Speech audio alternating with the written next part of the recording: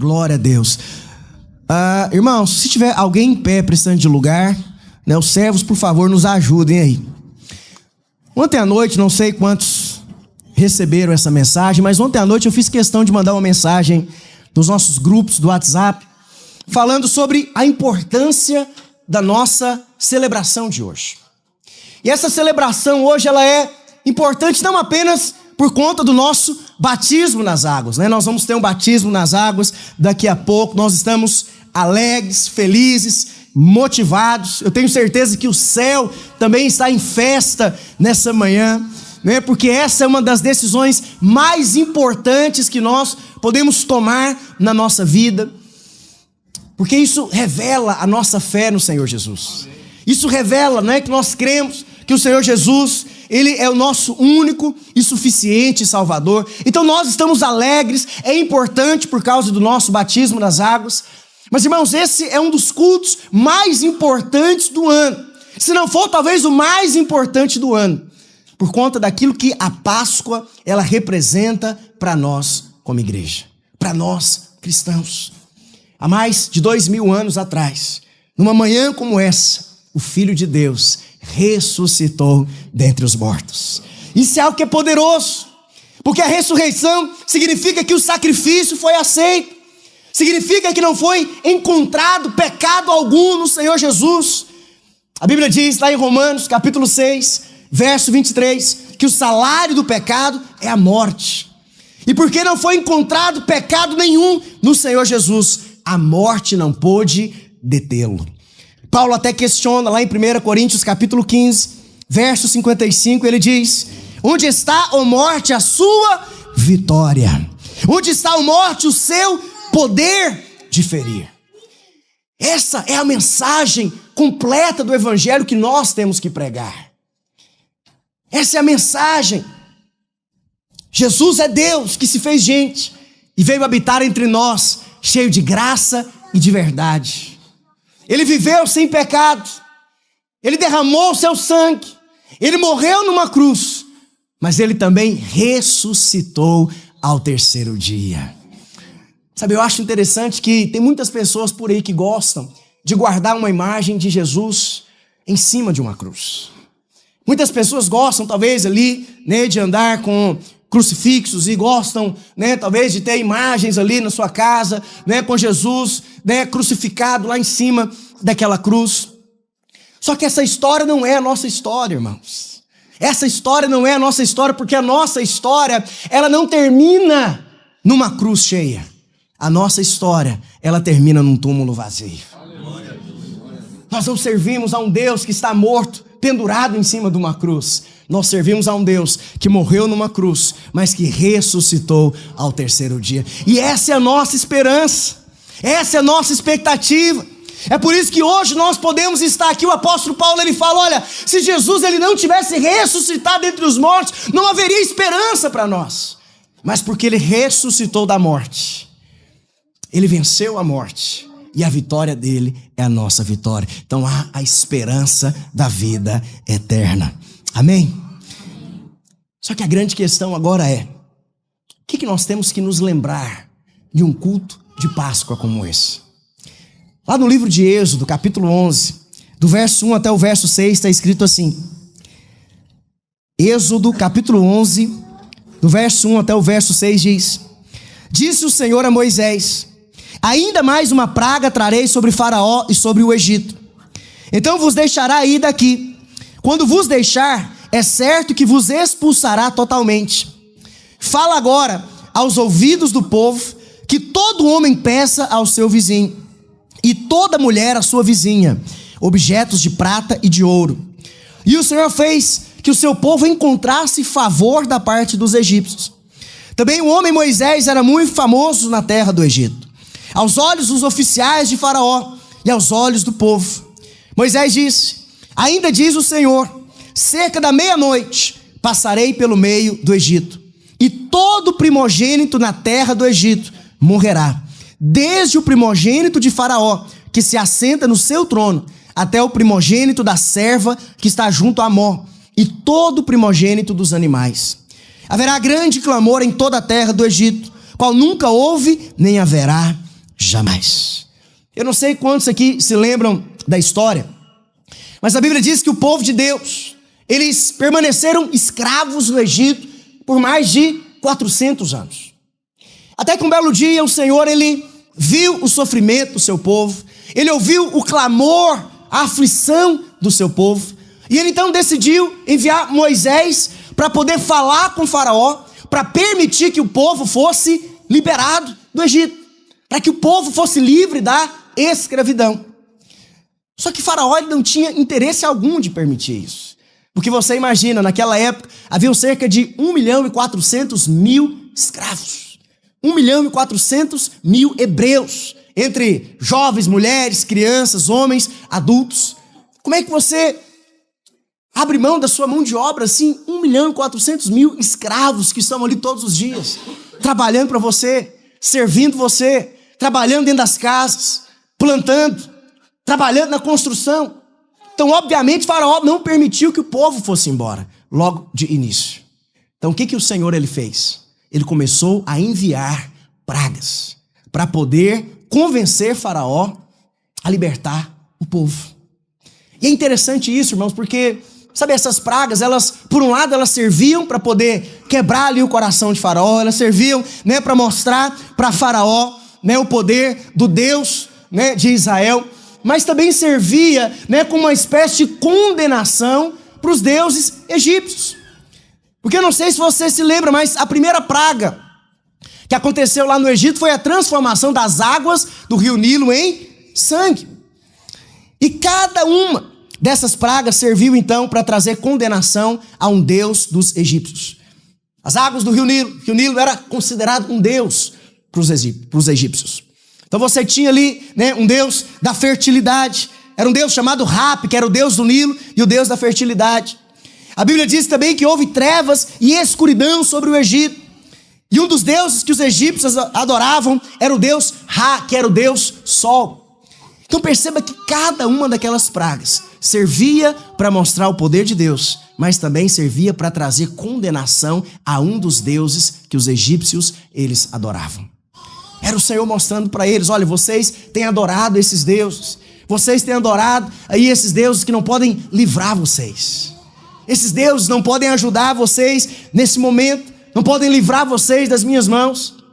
Só que a partir do versículo 4, nós temos a descrição da última praga que o Senhor enviou, foi a 10ª praga, que diz assim: Moisés diz, assim diz o Senhor, cerca da meia-noite passarei pelo meio do Egito, e todo primogênito na terra do Egito morrerá, desde o primogênito de Faraó, que se assenta no seu trono, até o primogênito da serva que está junto a Mó, todo primogênito dos animais. Então presta atenção aqui, irmãos, qual que era a última praga que Deus enviou? Era a morte dos primogênitos.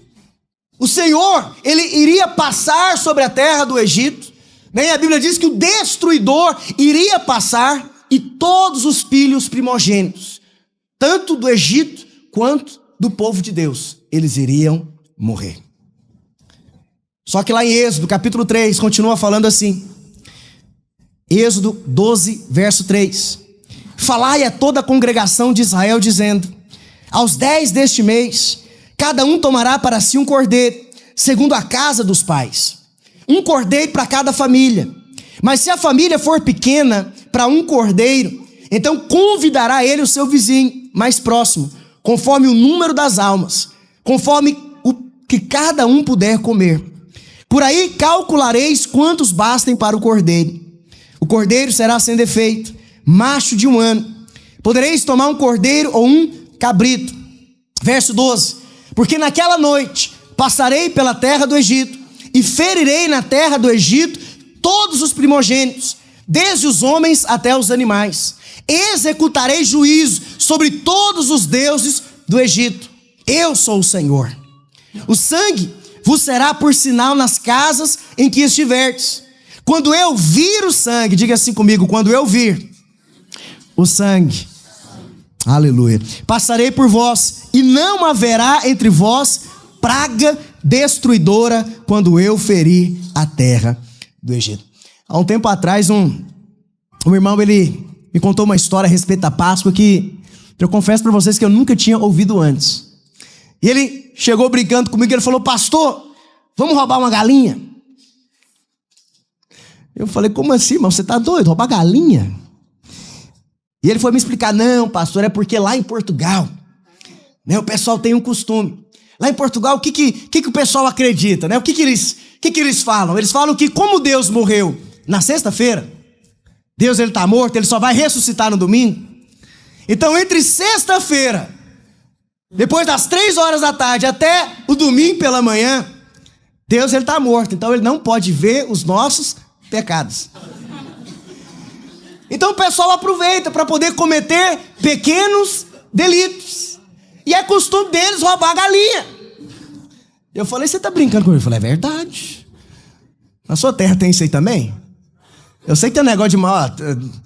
Aonde que é lá? Lá em Rondônia tem isso também? Meu Deus. Tem um negócio de malhar Judas também? Não tem uns negócios assim? Olha só. Rouba a galinha do vizinho, ainda chama o vizinho para comer a galinha que roubou. Meu Deus. Então essa é a desculpa deles, irmãos. Olha só, Deus está morto, não vai poder ver os meus pecados, tá bom, vamos fazer, vamos aproveitar esses dias aí. Eu não estou aqui para falar para você que você está autorizado a roubar galinha, não é isso, irmãos, pelo amor de Deus, né? Eu não estou aqui para incentivar você a viver de qualquer maneira. Pelo contrário, sabe, procure viver uma vida santa, procure viver, né, em santidade, procure, sabe, ter ali, né, os seus princípios alinhados à palavra de Deus. Afinal de contas, todo pecado ele tem consequência, todo pecado é algo que desagrada ao Senhor. Nós temos visto a vida de muitas pessoas sendo destruídas por conta de pecado. Sabe, o pecado não combina mais com você, que é um filho amado de Deus. Então você tem que ter uma maneira certa de viver, de acordo com a palavra do Senhor. Só que presta atenção, irmãos, no que a palavra de Deus está mostrando aqui para nós. Lá no finalzinho do versículo 13, diz assim: o sangue vos será por sinal nas casas em que estiveres. Quando isso aqui é o Senhor falando, vir o sangue. Então você conseguiu entender o que está acontecendo aqui? O Senhor enviou as 9 primeiras pragas, amém? Destruiu tudo. Na 10ª praga, ele disse: o destruidor ele vai vir, vai entrar na casa de todo mundo e vai matar o filho primogênito de toda a família. Sendo egípcio, sendo hebreu, ele vai entrar e vai matar, e vai destruir. Só que o Senhor, irmãos, ele trouxe também o quê? Uma provisão para isso. Ele falou: olha, vocês vão matar um cordeiro e vocês vão colocar o sangue desse cordeiro nos umbrais da porta. Quando o destruidor estiver vindo, quando ele olhar para aquele sangue, ele não vai entrar naquela casa, naquela família, mas ele vai passar por cima. Esse é o significado da palavra Páscoa. Páscoa em hebraico quer dizer passar sobre, ou passar por cima. E aí eu pergunto para você, o que Deus ele ia ver para não entrar e trazer condenação naquela família? O que Deus ele estava procurando ali? Deus ele ia chegar naquela família e olhar: deixa eu ver se está todo mundo aqui vivendo em paz. Deixa eu ver aqui se o casamento tá todo mundo redondinho. Deixa eu ver se está todo mundo aqui vivendo em santidade aqui dentro dessa casa. Deixa eu ver se os filhos estão obedecendo aos pais. Era isso que o Senhor estava procurando? Era isso que o Senhor estava avaliando? O que o Senhor estava avaliando naquele dia? Para poder livrar o povo da condenação. Era o sangue. O Senhor estava olhando para fora da casa. O Senhor estava olhando, né, se tinha sangue ou se não tinha sangue. Isso é algo que nós temos que lembrar num culto como esse, irmãos. Assim como eu falei para você, não estou aqui para estimular você a viver a sua vida de qualquer maneira, não. Sabe, tem coisas que não combinam mais com você, como filho amado de Deus. Tem atitudes que não combinam mais com você, tem estilos de vida que não combinam mais com você. Mas entenda que a salvação, entenda que você ser livre da condenação não tem nada a ver com merecimento. Não tem nada a ver com aquilo que você faz ou deixa de fazer, mas tem a ver com o sangue. Não é sobre merecimento, é sobre cobertura. A grande questão é, tem ou não tem o sangue? Tem ou não tem o sangue? Se tem o sangue, ali há vida. Mas se não tem o sangue, ali há condenação e há morte. Esse era o julgamento, irmãos. Era isso que o Senhor, ele iria olhar. E aí você pode estar pensando, pastor, mas o que isso tem a ver com a minha vida hoje? Sabe, tem tudo a ver, porque foi isso que aconteceu comigo e com você. A palavra de Deus diz que todo o mundo está debaixo de condenação. Todo mundo está debaixo de condenação à morte eterna. Só que Deus, Ele nos ama tanto, que Ele trouxe a provisão para resolver esse problema, que era matar o cordeiro e derramar o sangue. Ele proveu a solução. E quem que é esse cordeiro? Fala para mim, quem que é esse cordeiro? Fala assim, Jesus. 1 Coríntios capítulo 5, verso 7 diz assim: lançai fora o velho fermento, para que sejais nova massa, como sois de fato sem fermento, porque também Cristo, o nosso cordeiro pascal, foi imolado. João capítulo 1, verso 29 também fala: no dia seguinte, viu João a Jesus, que vinha para ele e disse: eis o Cordeiro de Deus que tira o pecado do mundo. Quem que é o Cordeiro Pascal? Quem que é o nosso Cordeiro Pascal, irmãos? É Cristo Jesus. Então a grande questão é se você tem o sangue ou não. Quando você crê na obra de Cristo, lá na cruz do Calvário, quando você crê que Jesus é Deus, que se fez gente, veio habitar entre nós, cheio de graça, de verdade, foi tentado, mas não pecou, morreu na cruz e ressuscitou ao terceiro dia, quando você crê na obra poderosa de Cristo na cruz, o sangue do Senhor Jesus, Ele vem e Ele te lava. E você é limpo, e você é purificado. E você é livre de toda condenação. A salvação não tem nada a ver com você se esforçar. A salvação não tem nada a ver com você se esforçar uma vida inteira e talvez lá no final da vida você avaliar se você vai ser salvo ou não. Se você vai merecer a salvação ou se você não vai merecer. O apóstolo Paulo, ele diz que a salvação, lá em Efésios capítulo 2, é de graça mediante a fé, não é por meio de obras para que ninguém se glorie. Então você nunca vai poder chegar no final da sua vida, você chegar diante do Senhor e falar para Ele: olha, eu mereci ser salvo, porque eu fiz isso, porque eu obedeci tudo aquilo que tinha que obedecer, porque eu me esforcei. Irmãos, você nunca vai poder chegar diante do Senhor e se gloriar, porque não é isso que o Senhor está olhando. Às vezes as pessoas, elas confundem salvação com recompensa, salvação com reino. São duas coisas completamente diferentes. E às vezes as pessoas, elas pegam as condições que estão relacionadas à recompensa, que estão relacionadas ao reino, e elas querem trazer como se fossem condições para serem salvas. E aí é a hora que você entra em contradição na palavra de Deus. Por quê? Porque não é a mesma coisa. As condições são completamente diferentes. Para você receber a recompensa, para você reinar com Cristo, para você receber o seu galardão, você tem que se esforçar. Você tem que perseverar até o fim, você tem que ter obras. As nossas obras serão avaliadas para recompensa ou não. Essa é a condição para você receber a recompensa. Mas a condição para você ser salvo da condenação não tem nada a ver com esforço. Mas tem a ver com o quê? Com o sangue. Você tem o sangue ou você não tem o sangue? É isso que o Senhor está olhando. Tem um sangue sobre você? Pergunta para quem está do seu lado: o sangue de Jesus, o sangue do Cordeiro de Deus está sobre a sua vida?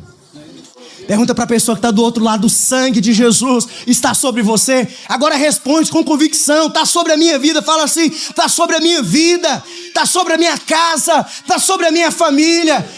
Aleluia. É por isso que não há condenação para aqueles que estão em Cristo Jesus. Tem nada a ver com você. Então, num culto de Páscoa como esse, nós precisamos nos lembrar disso. É o sangue que o Senhor, Ele está olhando. É o sangue. Amém? Só que tem um outro detalhe. Nos versículos 9 e 10, fala assim, Êxodo capítulo 12, versos 9 e 10 diz: não comereis do animal nada cru, nem cozido em água, porém assado ao fogo, a cabeça, as pernas e a fressura. Quem não sabe o que é fressura? Fressura são os miúdos ali, né? A parte interna do animal. Então são, né, ali as entranhas do animal. Então a cabeça, as pernas, as entranhas, as vísceras, nada deixareis dele até pela manhã. O que, porém, ficar até pela manhã, queimá-lo-eis. Então, isso aqui é uma outra informação muito importante para nós hoje. Esses dias eu estava conversando com o meu irmão, na verdade, na sexta-feira, acho que foi na sexta-feira, na reunião de célula, e eu falando o tanto que eu sinto falta, irmãos, de uma boa comida baiana. Eu sei que tem gente que fica comendo acarajé, nem chama o pastor, mas... Irmãos, eu sou criado em Goiânia, mas o meu sangue é sangue de baiano, então eu sou apaixonado na comida baiana. E esses dias eu estava me lembrando, falei, Jesus da glória, que vontade de comer um acarajé, que vontade de comer uma rabada, um mocotó, um sarapatel. Vocês comem esses negócios? Todo mundo que sabe o que é sarapatel? Sarapatel são todos os miúdos do porco. Todos. Você corta ele ali, lava bem lavadinho, com limão, com vinagre, e aí você vai e cozinha tudo. E aí você come. Meu Deus. E esses dias eu estava lembrando disso. Falei, Senhor, mas tem anos que eu não como. Então tem gente que não come, tem gente que come, tem gente que não come. Tem gente que não come língua de boi. Nossa, é bom demais, irmãos. Tem gente que não gosta de fígado. Tem gente que não come miúdos, tem gente que só gosta de comer as carnes nobres ali, né, do animal. Não, pastor, que conversa é essa? Meu negócio é picanha. Meu negócio é picanha. Sabe o quê? Cada um tem o seu gosto. E eu respeito isso. Mas, nesse texto, a Bíblia diz que o cordeiro, ele teria que ser comido todo. Todas as partes do cordeiro tinham que ser comida. Interessante isso, né? Então não era só aquelas partes mais nobres. Eu vou escolher qual que é a parte que eu vou comer. Eu quero comer só a picanha. Eu quero comer, né, só a costelinha com barbecue. O povo tinha que comer todo o cordeiro, com ervas amargas. E se por acaso sobrasse alguma coisa, eles deveriam queimar. Pastor, o que isso significa para nós? Significa pelo menos duas coisas. Eu quero que você guarde isso no seu coração. Comer o cordeiro, em primeiro lugar, significa que você precisa de forças para você continuar na jornada. Só para você ter uma ideia, no versículo 11, a Bíblia diz que o povo deveria sair às pressas. O Senhor deu uma direção, vocês vão comer, vocês vão assar, vocês vão fazer tudo aquilo que precisa ser feito. Só que o que acontece? Vocês vão comer preparados, com os lombos cingidos. Porque, vai ser rápido isso daqui. Eu vou libertar vocês e vocês têm que estar preparados. Então, imagina 1.400.000 pessoas, entre homens, mulheres e crianças, que estavam diante ali, uma jornada pelo deserto. Qual que era a primeira coisa que Deus tinha que fazer com eles para que eles aguentassem essa jornada? Eles tinham que comer, se alimentar. Eu sei que você só gosta de comer picanha, mas deixa eu te falar. Uma buchada de bode, um sarapatel, você comer de manhã, você passa 3 dias sem fome. Você pega um cuscuz de manhã cedo, põe ovo, queijo, presunto, aí você vem por cima assim, põe uma carne de bode cozida. Nossa, Deus, tá quase dá uma misericórdia, irmão. Falar que tem um amigo meu, a boca chega a vir um corgo.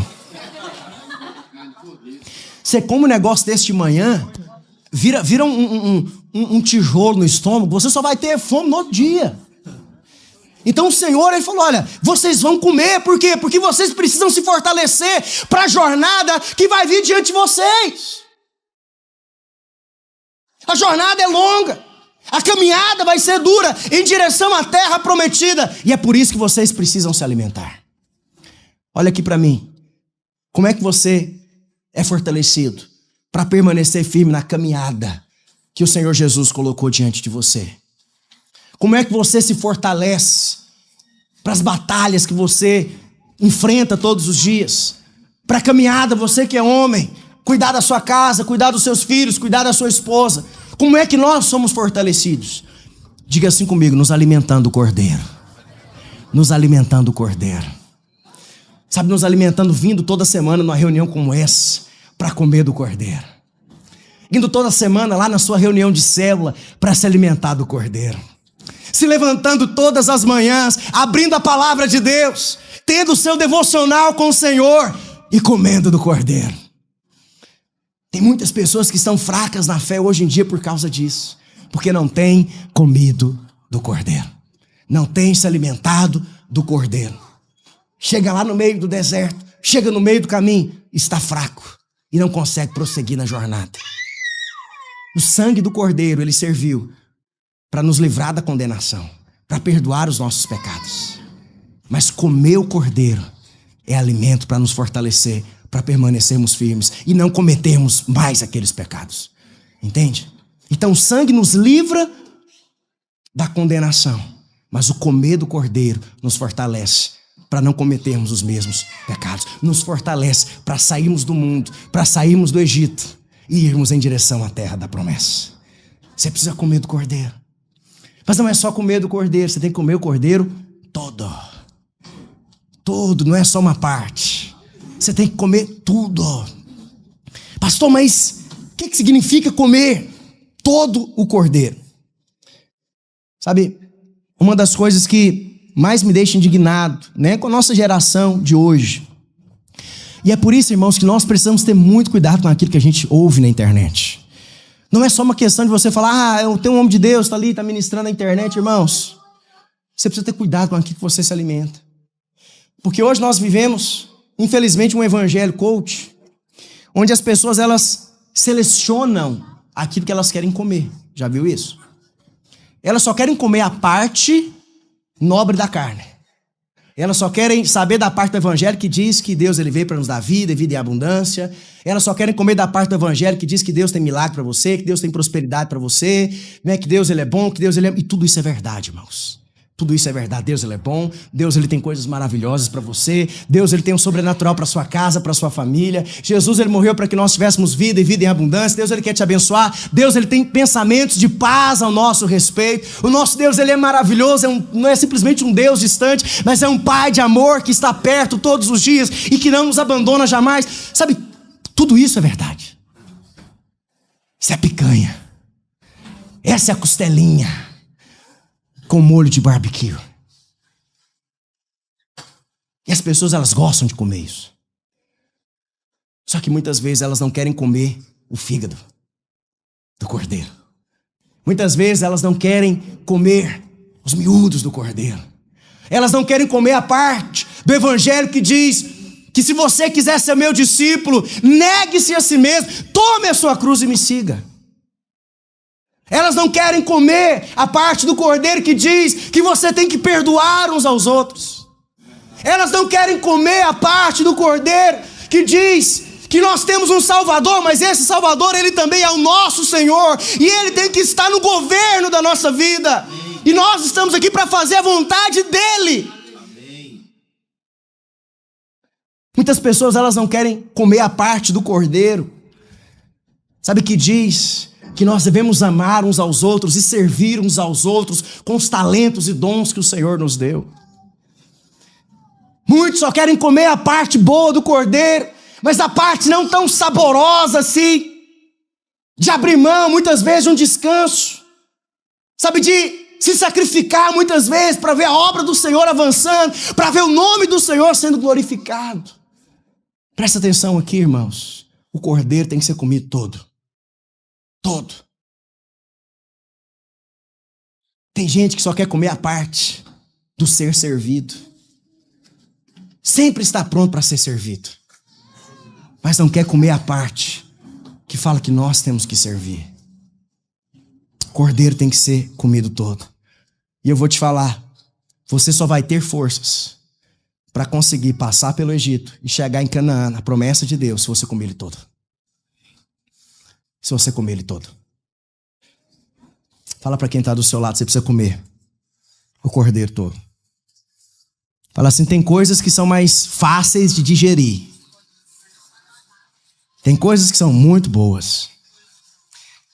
Mas tem coisas que não são tão boas assim para a nossa alma e para o nosso ego. Mas nós temos que comer mesmo assim. Quantos estão me entendendo? E por fim, hoje é dia de você se lembrar de deixar o velho para trás.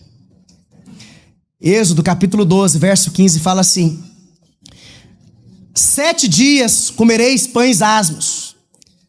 Lara, pode subir aqui para nós, por gentileza? Cadê a Lara? Ah, ela tá lá? Então tá bom. Êxodo capítulo 12, verso 15 fala assim: 7 dias comereis pães asmos. Logo ao primeiro dia tirareis o fermento das vossas casas. Pois qualquer que comer coisa levedada, desde o primeiro dia até o 7º dia, essa pessoa será eliminada de Israel. Todo mundo aqui sabe o que é fermento, né? O que é fermento?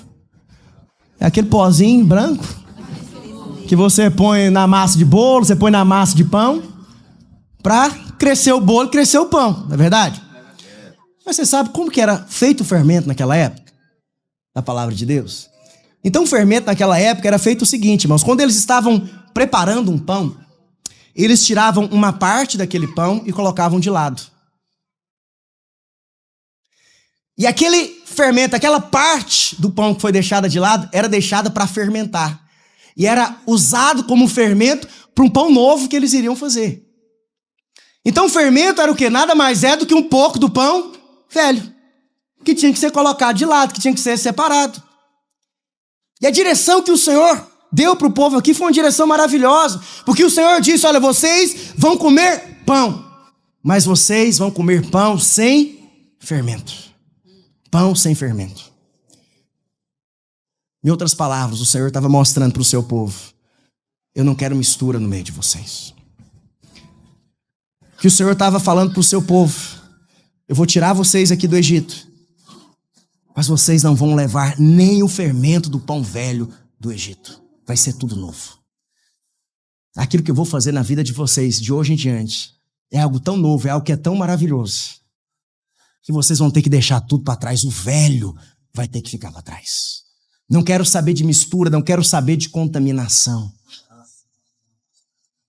Por isso que Jesus ele fala para os seus discípulos que eles deveriam ter cuidado com o fermento dos fariseus. Jesus estava falando para os discípulos: olha, os fariseus, esses religiosos, eles estão querendo trazer coisa velha, coisa da antiga aliança, enquanto eu estou aqui para estabelecer algo novo. E não se coloca remendo novo em roupa velha, não se põe vinho novo em odres velhos. Então, para você sair do Egito de uma vez, e para você alcançar a terra prometida, você precisa deixar tudo aquilo que é velho para trás. Você precisa deixar o seu passado para trás. Não sei o que você precisa deixar para trás na sua vida de maneira pessoal. Talvez são hábitos velhos. Talvez são atitudes velhas. São posicionamentos. Talvez são mágoas velhas e antigas que você está querendo levar junto com você. Talvez são amizades, são relacionamentos que já não combinam mais com você, com a vida nova que o Senhor ele está colocando diante de você. Mas que nós precisamos deixar para trás. Sabe lá em Êxodo, capítulo 12, versos 1 e 2. Eu quero encerrar lendo esse texto aqui com você. Êxodo, capítulo 12, versos 1 e 2, fala assim: disse o Senhor a Moisés e a Arão, na terra do Egito: este mês vos será o principal dos meses, será o primeiro mês do ano.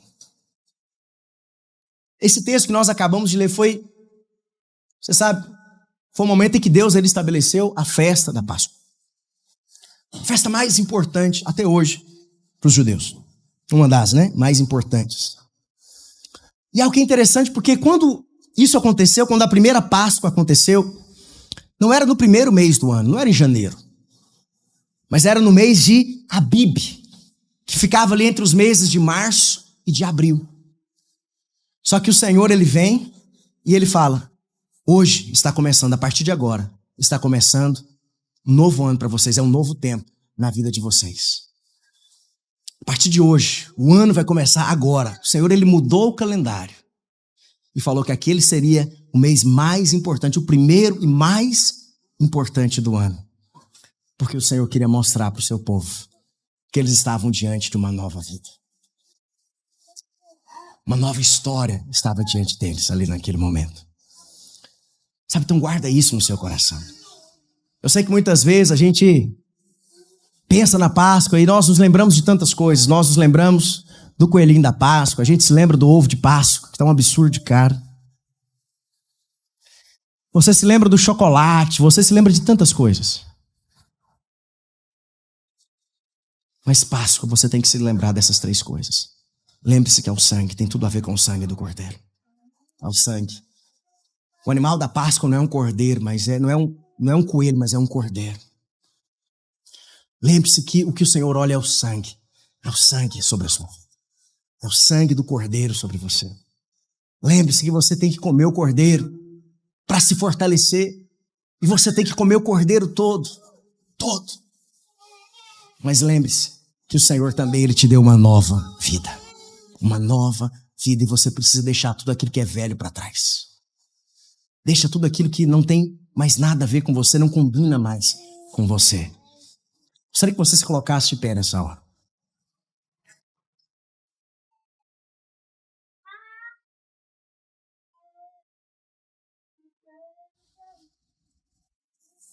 Aleluia.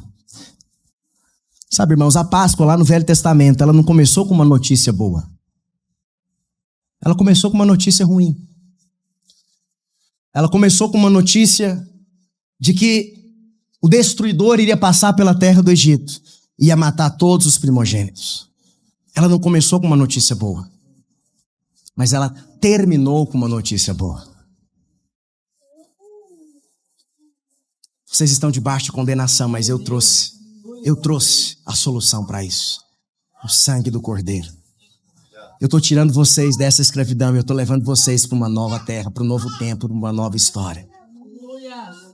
A Páscoa do Novo Testamento também não começou com uma notícia tão boa assim, mas começou com a morte do Cordeiro de Deus. Na sexta-feira, às 15h. Mas ela terminou com uma notícia maravilhosa. Esse Cordeiro que estava morto, ele ressuscitou. E a vitória dele é a nossa vitória. Amém. Sabe, eu gostaria que você fechasse os seus olhos agora. Sabe, declare essas verdades no seu coração.